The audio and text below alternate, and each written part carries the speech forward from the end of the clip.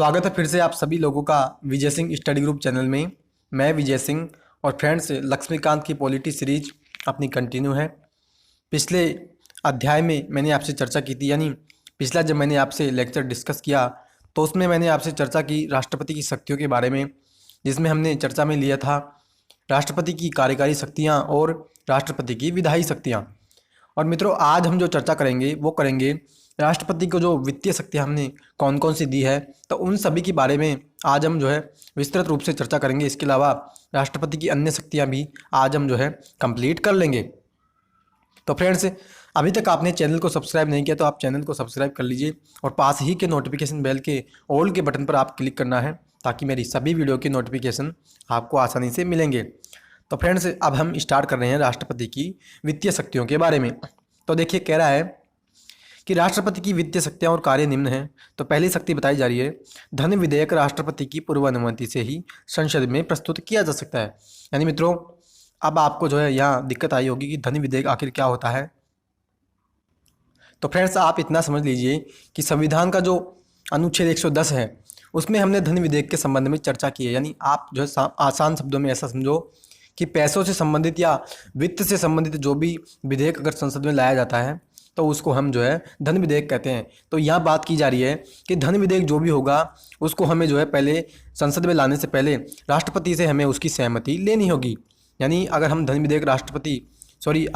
विधेयक संसद में लाना चाह रहे हैं तो हमें जो है पहले राष्ट्रपति को बताना होगा कि हम जो है धन विधेयक राष्ट्रपति जो है संसद में लेके आ रहे हैं। तो इस बारे में यहाँ पे चर्चा की जा रही है। आगे फ्रेंड्स कह रहे हैं, यह वार्षिक वित्तीय विवरण को संसद के समक्ष रखता है। यानी मित्रों, जो केंद्र की सरकार जो बजट जो पारित करती है, यानी जो बजट लेकर के आती है, उसको जो है लाने का काम भी जो है यहाँ पे बात की जा रही है कि वो जो बजट होता है उसको जो है जो राष्ट्रपति होता है वो संसद के समक्ष रखवाता है। यानी संसद के जो पटल हैं दोनों, लोकसभा और राज्यसभा, उन दोनों पर जो है वहाँ पे उस बजट को रखा जाता है। आगे कह रहे हैं, अनुदान की कोई भी मांग उसकी सिफारिश के बिना नहीं की जा सकती। यानी मित्रों, अगर मान लीजिए भारत सरकार को जो है अनुदान की मांग करनी है, यानी अनुदान यानी फ्री में जो है भारत सरकार को पैसा लेना है, तो सबसे पहले आपको जो है राष्ट्रपति को बताना होगा। यानी राष्ट्रपति जब तक नहीं कहें कि आप जो है अनुदान ले सकते हो, तब तक जो है भारत को अनुदान जो है नहीं मिल सकता।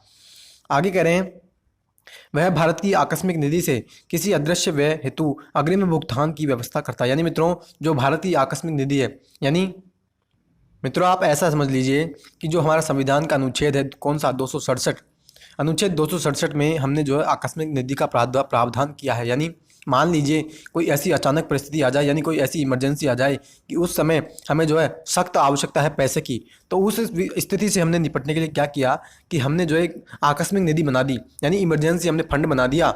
तो उस इमरजेंसी फंड के माध्यम से क्या होता है, कोई भी हमें जो इमरजेंसी अगर कोई सिचुएशन आती है तो उस स्थिति में जो है राष्ट्रपति जो है क्या करता है, उस निधि से पैसा निकालता है। कौन? राष्ट्रपति। और मित्रों, राष्ट्रपति के अधिकार में ही वो निधि रहती है। यानी कोई भी भारत की सरकार चाहे कि मैं उस निधि से पैसा निकाल लूँ, तो भैया आप जो है उस निधि से पैसा नहीं निकाल सकते किसी भी परिस्थिति में। आपको अगर पैसा निकलवाना है तो आप जो है राष्ट्रपति को कहोगे और राष्ट्रपति ही उससे पैसा निकाल कर आपको देंगे। आगे मित्रों बात की जाती है, वह राज्य व केंद्र के मध्य राजस्व के बंटवारे के लिए प्रत्येक 5 साल में एक वित्त आयोग का गठन करेगा। यानी मित्रों, जो वित्त आयोग अनुच्छेद 280 के तहत गठित किया जाता है, संविधान का अनुच्छेद 280 जो है हमें वित्त आयोग के बारे में जानकारी देता है। और कौन सा? वो भी केंद्र का वित्त आयोग की हम यहाँ पे बात कर रहे हैं। तो कह रहा है कि जो राष्ट्रपति होगा वो अनुच्छेद 280 के तहत जो है केंद्रीय वित्त आयोग का प्रत्येक 5 साल में जो है गठन करता है। तो फ्रेंड्स, ये थी हमारी कुछ जो है वित्तीय शक्तियाँ, यानी जो महत्वपूर्ण वित्तीय शक्तियाँ हैं राष्ट्रपति को दी हुई। और मित्रों, इनके अलावा जो है आप देखिए कोई ज़्यादा हमने वित्तीय शक्तियाँ राष्ट्रपति को दी नहीं है। यानी अगर मान लीजिए किसी भी एग्जाम में क्वेश्चन बनेगा तो ज़्यादा से ज़्यादा इन्हीं वित्तीय शक्तियों के संबंध में जो है ज़्यादा से ज़्यादा क्वेश्चन बनता है। तो फ्रेंड्स, ये थी हमारी वित्तीय शक्तियाँ। और अब हम चर्चा करेंगे न्यायिक शक्तियाँ की। यानी मित्रों, क्या हमने राष्ट्रपति को जो है न्याय से संबंधित भी क्या हमने शक्तियाँ दी है, तो उन सब, यानी क्या हमने न्यायपालिका है उनसे संबंधित क्या हमने उनको शक्तियाँ दी है राष्ट्रपति जी को, तो उसके बारे में चर्चा कर रहे हैं। तो कह रहे हैं, वह सुप्रीम कोर्ट के मुख्य न्यायाधीश और सुप्रीम कोर्ट व हाई कोर्ट के न्यायाधीशों की नियुक्ति भी करता है। यानी फ्रेंड्स, अगर मान लीजिए हमें सीजेआई की नियुक्ति करनी है या हमें किसी हाई कोर्ट के जज की नियुक्ति करनी है, तो उसकी नियुक्ति कौन करेगा? तो कह रहा है कि जो भारत का राष्ट्रपति होगा वही उसकी नियुक्ति करता है। ये हमने उसको न्यायिक शक्ति प्रदान की है। आगे कह रहा है वह सुप्रीम कोर्ट से किसी विधि या तथ्य पर सलाह ले सकता है, परंतु सुप्रीम कोर्ट की यह सलाह राष्ट्रपति पर बाध्यकारी नहीं है। यानी फ्रेंड्स यहाँ पे जो है 143 की बात की जा रही है मित्रों।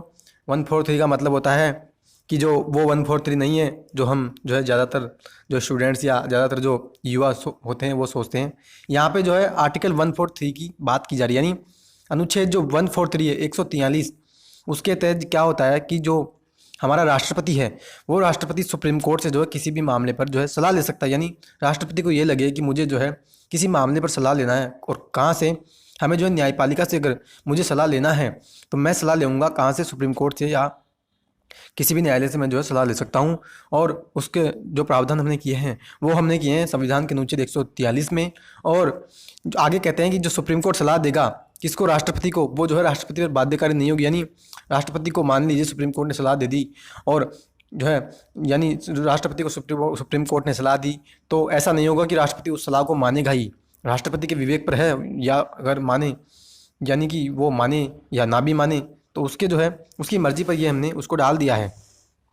आगे मित्रों बात की जा रही है कि वह किसी अपराध के लिए दोष सिद्धि किसी व्यक्ति के लिए दंडादेश को निलंबित, माफ या परिवर्तित कर सकता है। दंड में क्षमादान, माफ, प्राण दंड स्थगित, राहत और माफ़ी प्रदान कर सकता है। यानी फ्रेंड्स मान लीजिए किसी व्यक्ति ने अपराध कर दिया और वो जो है ऐसा कहे कि मुझे जो है राष्ट्रपति से माफ़ी मिल जाए, और आपको पता हो तो जब निर्भया जो है मामला आया और निर्भया मामले में जब 4 दोषियों ने राष्ट्रपति के समक्ष जो है क्षमा याचना की मांग की, तो आपको मित्रों पता होगा कि उस स्थिति में जो है राष्ट्रपति ने उनकी क्षमा याचना को खारिज कर दिया था। यानी मित्रों उस समय राष्ट्रपति ने कहा था कि हम जो आपको माफ़ नहीं कर सकते, तो क्योंकि आपने जो है इतना जघन्य अपराध किया है कि जो है उस अपराध के लिए तो आपको जो है इस भारत में सज़ा मिलनी ही चाहिए।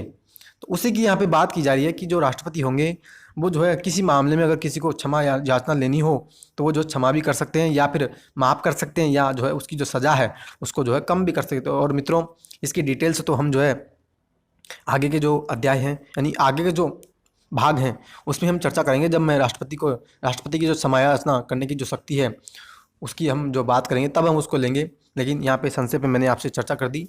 आगे फ्रेंड्स से बात करें तो अब हम ले रहे हैं कूटनीतिक शक्तियाँ, यानी जो अंतर्राष्ट्रीय मामले होते हैं, अंतर्राष्ट्रीय जब भी समझौते किया जाते हैं तो उनसे संबंधित कोई भी शक्ति क्या हमने राष्ट्रपति को दी है या नहीं दी है, तो उसी की यहाँ चर्चा की जा रही है कि अंतर्राष्ट्रीय संधि और समझौते राष्ट्रपति के नाम पर किए जाते हैं, हालांकि इनके लिए संसद की अनुमति अनिवार्य है। यानी मित्रों मैंने पहले भी आपसे चर्चा की थी जब मैंने आपको जो है पिछले ही अध्याय में कार्यकारी शक्तियों के बारे में बताया, तो मैंने आपको बताया था कि जितने भी समझौते किए जाते हैं वो जो है हमारे राष्ट्रपति के नाम पर किए जाते हैं, ना कि प्रधानमंत्री के नाम पर।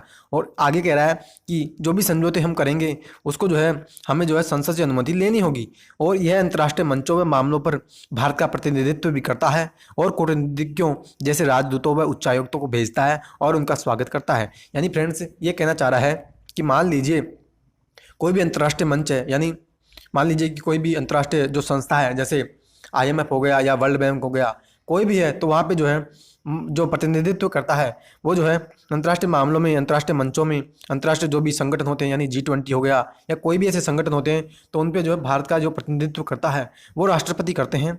और जो हमने राष्ट्रपति को जो है कूटनीतिज्ञ शक्तियाँ दी है, जिनमें जो है राजदूत हो गए, यानी जो IFS होते हैं या जो उच्चायुक्त हैं वो भी IFS ही होते हैं, तो उनको जो है राष्ट्रपति जो है वो जो है एक दूसरे स्थान से भेजते हैं और उनका स्वागत भी करते हैं। आगे फ्रेंड्स सैन्य से मामले यानी सैन्य जो मामले होते हैं उनसे संबंधित शक्तियां बताई जा रही कि सेना से संबंधित क्या हमें राष्ट्रपति को शक्तियां दी है। तो कह रहा है वह भारत के सैन्य बलों का सर्वोच्च सेनापति होता है। इस क्षमता में वह थल सेना, जल सेना व वायु सेना के प्रमुखों को नियुक्त करता है। वह युद्ध या इसकी समाप्ति की घोषणा करता है, किंतु ये संसद की अनुमति के अनुसार होता है। यानी फ्रेंड्स ये कहना चाह रहा है कि जो भारत के जितने भी सैन्य बल है, यानी जल सेना, थल सेना या वायु सेना है, इन तीनों सेनाओं का जो भी प्रमुख होता है यानी सर्वोच्च सेनापति कौन होगा, तो वो होगा भारत का राष्ट्रपति। और आगे कहता है कि मान लीजिए कोई भी युद्ध हो जाए भारत का किसी दूसरे देश के साथ, तो उसकी समाप्ति की घोषणा कौन करेगा, तो कह रहा है कि उसकी समाप्ति की घोषणा भी राष्ट्रपति ही करते हैं, लेकिन जब संसद उसकी अनुमति दे दे। यानी मान लीजिए कि वर्तमान में भारत का जो है किसी दूसरे देश के साथ युद्ध हो जाए, तो जो युद्ध मान लीजिए युद्ध हो रहा है और युद्ध की समाप्ति हमें करनी है कि हम जो है आज युद्ध को समाप्त करना चाहते हैं, तो उसकी समाप्ति की घोषणा कर देंगे कौन, राष्ट्रपति। लेकिन संसद जो है उसकी अनुमति देंगे, फिर ही वो जो है उसकी घोषणा करेंगे। यानी अपने आप से राष्ट्रपति उसकी घोषणा नहीं कर सकते। आगे फ्रेंड्स कह रहा है आपातकालीन शक्तियाँ। और मित्रों इस शक्ति की तो मैंने विस्तृत रूप से ही आपसे चर्चा कर ली थी। पिछले ही चैप्टर में हमने आपातकालीन प्रावधानों से संबंधित अपना जो अध्याय कंप्लीट किया। और मित्रों आपको जो है उस अध्याय से संबंधित यानी इन शक्तियों से संबंधित अगर आपको जानना है तो आप जो है विस्तृत रूप से जान सकते हैं उन अध्यायों में जाकर के, यानी उन भागों में अलग से मैंने प्लेलिस्ट बनाई हुई है। तो आपातकालीन प्रावधानों से संबंधित अलग से प्लेलिस्ट बनी हुई है, आप जाकर के वहाँ विशेष रूप से और विस्तृत रूप से जो है इन शक्तियों के बारे में जान सकते हो। संक्षेप में मैं चर्चा करूँ तो कह रहा है उपरोक्त साधारण परिस्थितियों शक्तियों के अतिरिक्त संविधान ने राष्ट्रपति को 3 परिस्थितियों में आपातकालीन शक्तियाँ भी हमने दी है। राष्ट्रीय आपातकाल अनुच्छेद 352, राष्ट्रपति शासन अनुच्छेद 356 और 365 और वित्तीय आपातकाल अनुच्छेद 360। तो फ्रेंड्स इस प्रकार से मैंने आपके समक्ष जो है राष्ट्रपति की जितनी भी शक्तियां हैं उन सभी शक्तियों के बारे में मैंने आपसे चर्चा की।